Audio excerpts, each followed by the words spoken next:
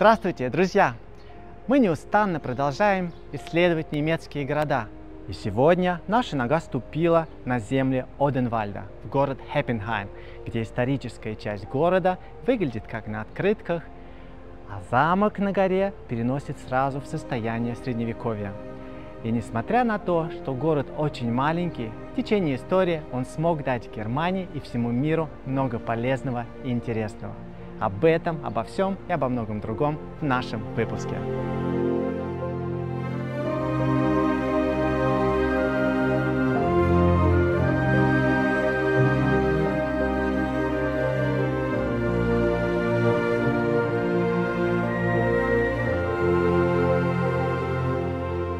Мы собираем идеи о немецких городах, чтобы снять о них выпуски.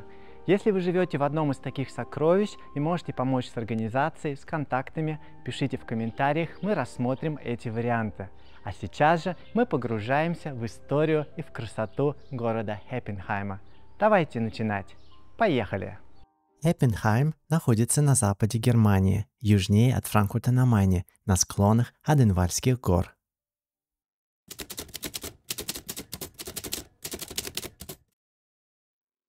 В Хеппенхайме проживает около 30 тысяч жителей. Когда называют город, всегда добавляют «an der Bergstraße». То есть такой придаток. Bergstraße дословно переводится как «горная дорога». А дело вот в чем.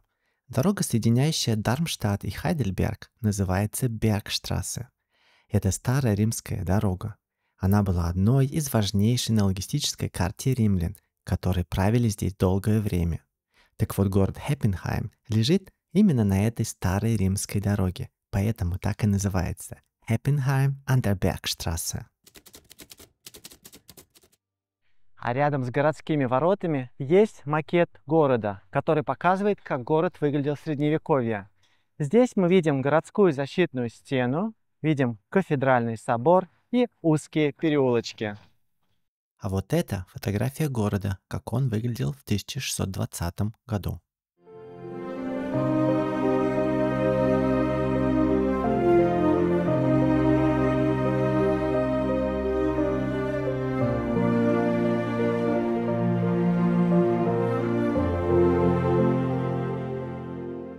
Первое упоминание о городе было в 755 году. Тогда властвовал Карл Великий, основатель империи каролингов. Его называли «Отцом Европы». Это был первый правитель, который впервые после падения Римской империи объединил большую часть Западной и Центральной Европы.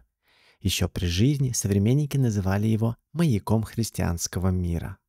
Его правление положило начало каролингскому возрождению. Великим, как считается, Карл именовался еще при жизни. По имени Карла династия Пипинидов получила название каролингов. И от его имени, возможно, даже произошло славянское слово «король».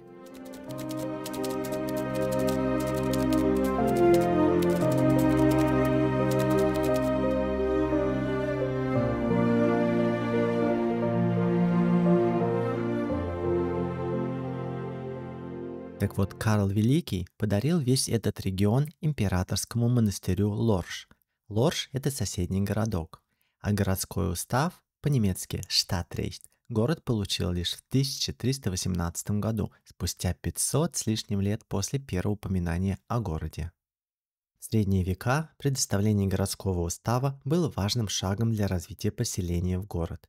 Предоставляя городской устав, суверен, например, король или князь, мог предоставить поселению определенные привилегии, которые отличали его от других поселений. Важнейшими компонентами городского устава были рыночная хартия, право держать рынок, что имело большое значение для экономического развития города. Фортификационная хартия, право укреплять город стенами для защиты от нападений. Право взимания пошлин, право взимать таможенные пошлины с торговых товаров. Право чеканки монет. Право чеканить собственные монеты. Независимая юрисдикция. Отдельная судебная система для города, независимая от юрисдикции территориального лорда. И самоуправление, возможность избирать собственных членов совета и управлять делами города независимо. Друзья, вот представьте, до получения городского устава вот это поселение функционировало, наверное, как неуправляемый сброд. Каждый делал, что хотел, и выживал как мог. А это были мрачные времена Средневековья, и методы выживания были, возможно, тоже суровыми. Так вот, городской устав структурировал общество, подчиняя его определенным правилам. Город мог зарабатывать и вкладывать эти деньги на развитие, развивая самобытность, культуру и ремесла. Именно таким было значение приобретения городского устава, которое трудно переоценить.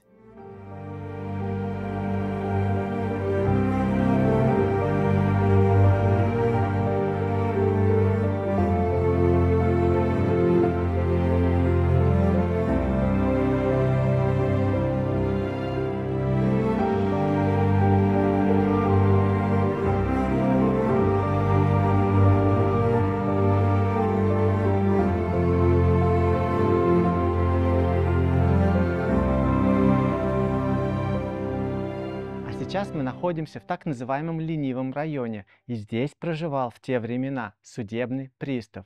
Он был одним из управленцев императорского монастыря Лорш.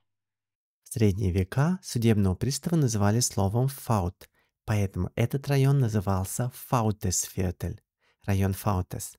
И поскольку многие здесь занимались сельским хозяйством и там знатно пахло, то этот район стали называть ленивым районом Das Fauleviertel. Честно говоря, вот этой связи между вонью от сельского хозяйства и ленью я не понял. А вы?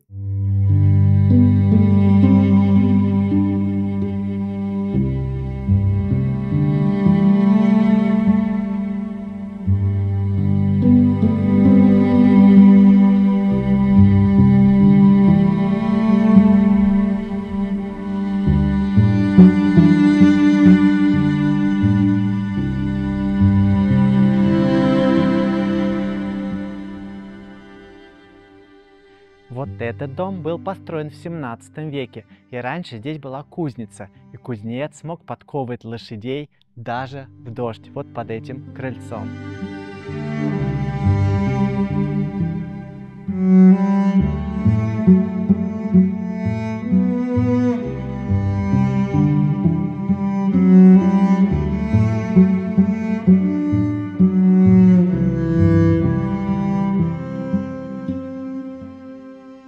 Бродя по городку, увидел на улице старый пресс для выжимания виноградного сока.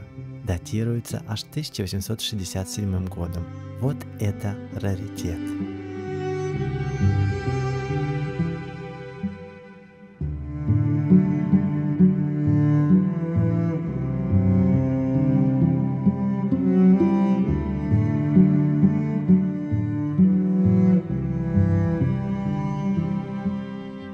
Центр городка – это рыночная площадь, типично для Германии.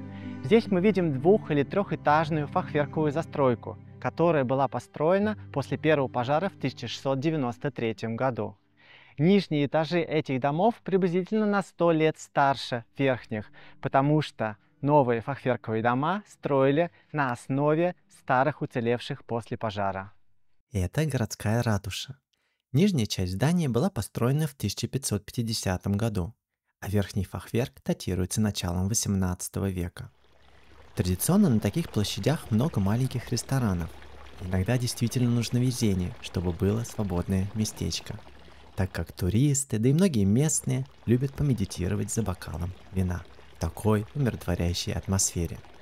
Но я снимал рано утром в будний день, когда еще все было закрыто.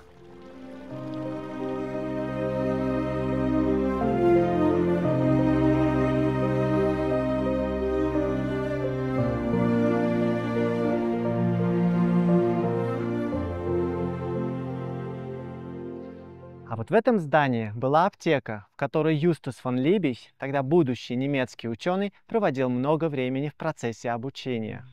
Позже он стал химиком, и он считается изобретателем разрыхлителя для теста и удобрений, без которых голод на Земле принимал бы, наверное, еще большие размеры.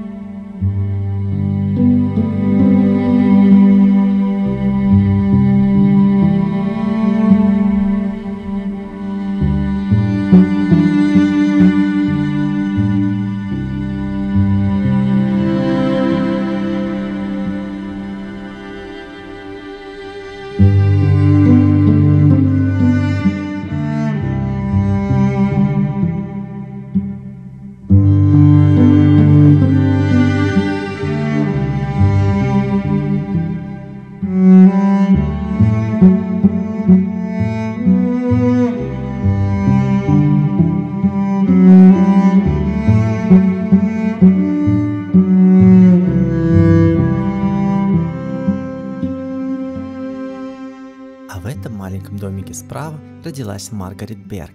Она была бабушкой Келли Грейс, 10-й княгини Монако, мать ныне правящего князя Альберта II.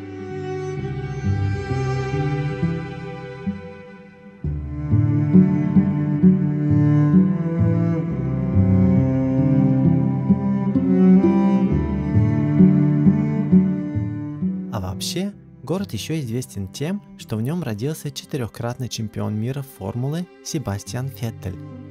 А также, наверняка никто не знает, что в Хеппенхайме снимались сцены для 3 болливудских фильмов. Вот несколько фотографий из последнего индийского фильма под названием «Спарк».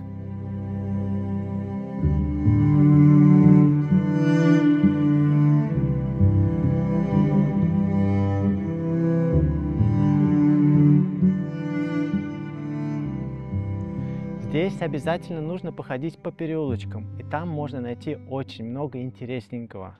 Ну а здесь наверху находится собор Святого Петра. Его еще называют собором на Бергштрассе.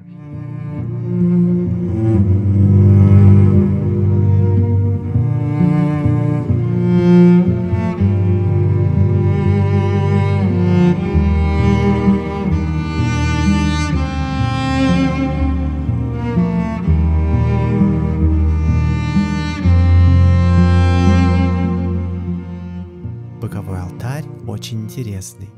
Здесь поминают Марианну Коуп. Она родилась как представитель францисканцев в Хеппенхайме и позже мигрировала в Америку.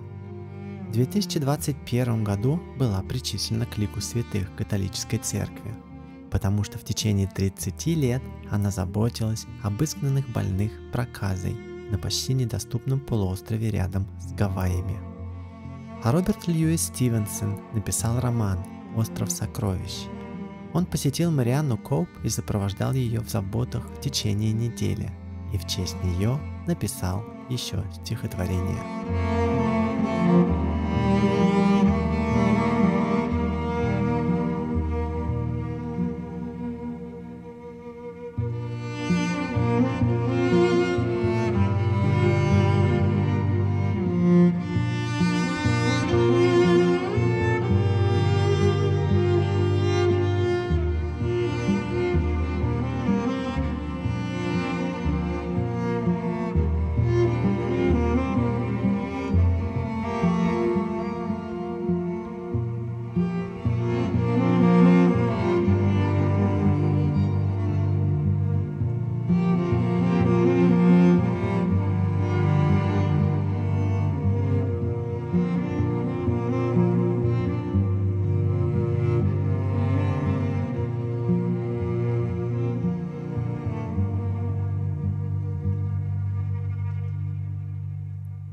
В 10 минутах от рыночной площади есть парк, названный именем Марианны Коуп. Там стоят монументы, посвященные ей. Еще там есть очень интересная находка. Это маленькая сохранившаяся часть римской дороги, той самой Бергштрассе, сделанная из больших булыжников самими римлянами. Так выглядит вся дорога, по которой тогда мчались бесконечные колесницы.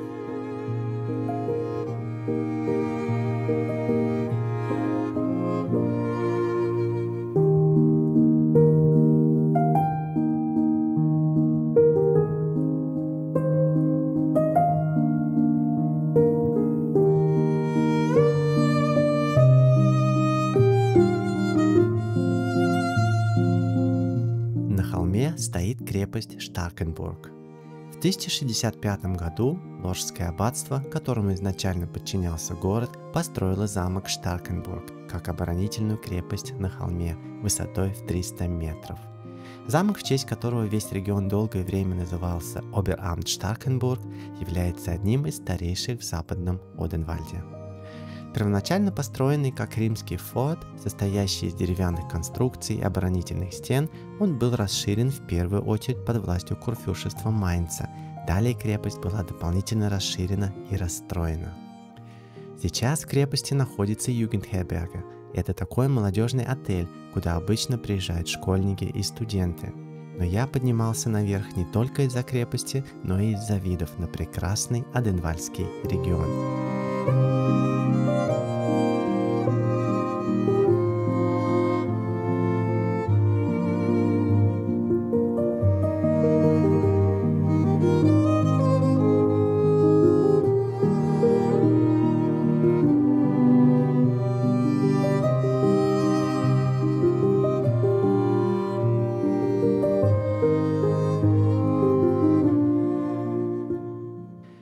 Карта сначала повела меня по тропке через лес.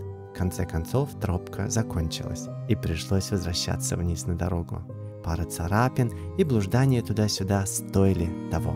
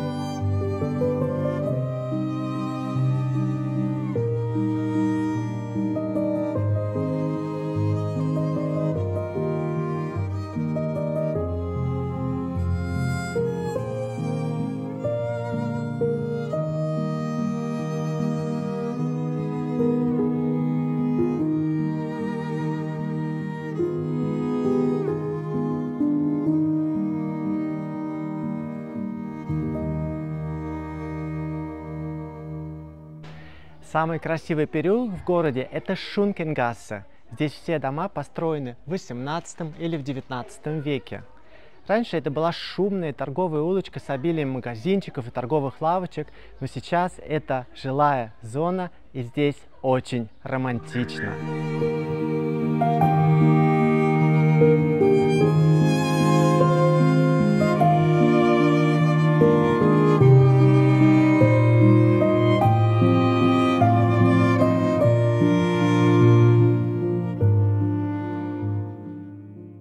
Шункенгассе ведет к рыночной площади, но мы идем дальше по маленьким переулочкам.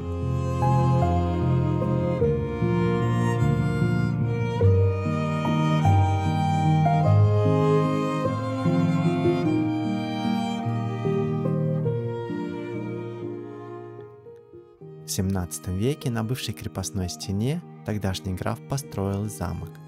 Сегодня в помещениях замка находится школа. То же самое происходило во многих немецких городах. О другом подробном примере я рассказывал в выпуске про средневековый Идштайн, где в бывшем замке обосновалась гимназия. Ссылка на экране или в описании.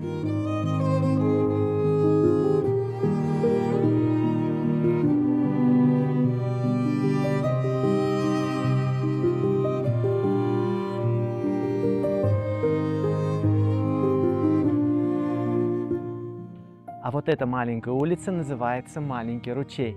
И это все потому, что здесь когда-то на самом деле протекал ручей. И здесь интересны вот эти дома. Когда здесь строились подземные парковки, эти дома были перемещены. Вы можете себе такое представить? Эти дома взяли и переставили на время в другое место, чтобы вырыть яму для гаража, и потом их вернули на место. Вот этот дом с номером 12 был построен в 1560 году. Ничего себе! На 26 лет раньше, чем был основан мой родной город, Самара. Ух ты! Так вот, в 1994 году этот дом передвинули на соседний участок, и после работ его поставили на прежнее место.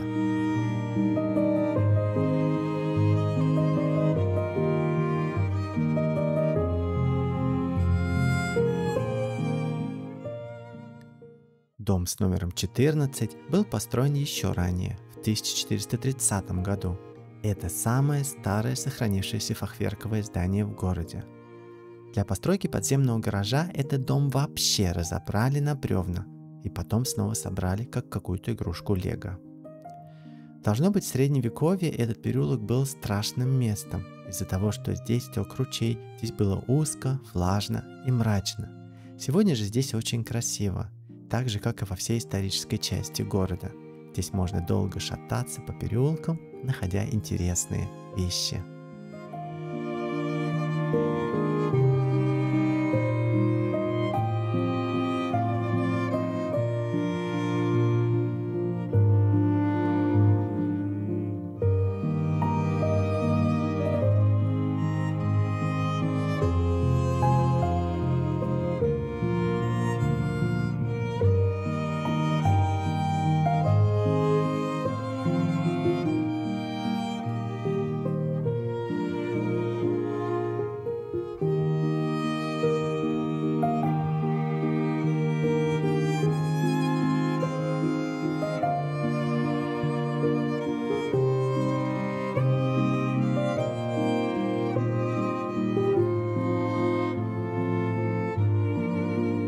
15 минутах от центра города настоящий рай на земле.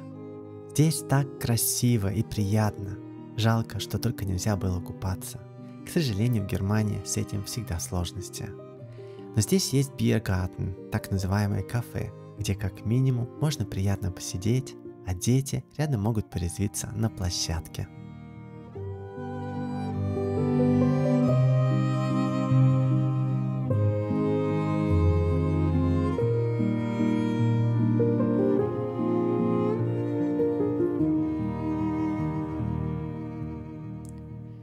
Еще у озера есть мини-пасека. Там можно вблизи понаблюдать за труженицами, производящими вкусный продукт.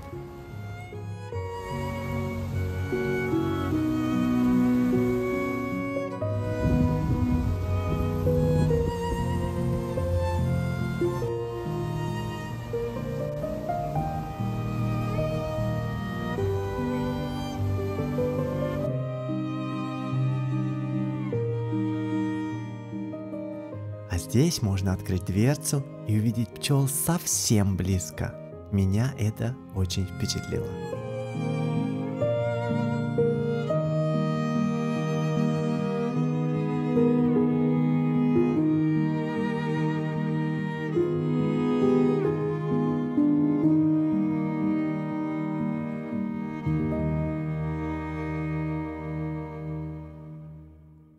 Друзья, на сегодня все. Если вам понравилось, вы можете поддержать канал. Как это сделать, найдете в описании к этому видео. Организация любого путешествия занимает много сил и времени. Не хотите заниматься изнурительным планированием? Я сделаю это за вас. Помогу организовать ваше путешествие, спланировать логистику и выбрать самые красивые и интересные места для посещения. Нужна помощь? Обращайтесь. Контакты также найдете в описании к этому видео. А я прощаюсь с вами в таком прекрасном месте. Ставь палец, подписывайся. Это будет твоей лучшей благодарностью. Пока-пока.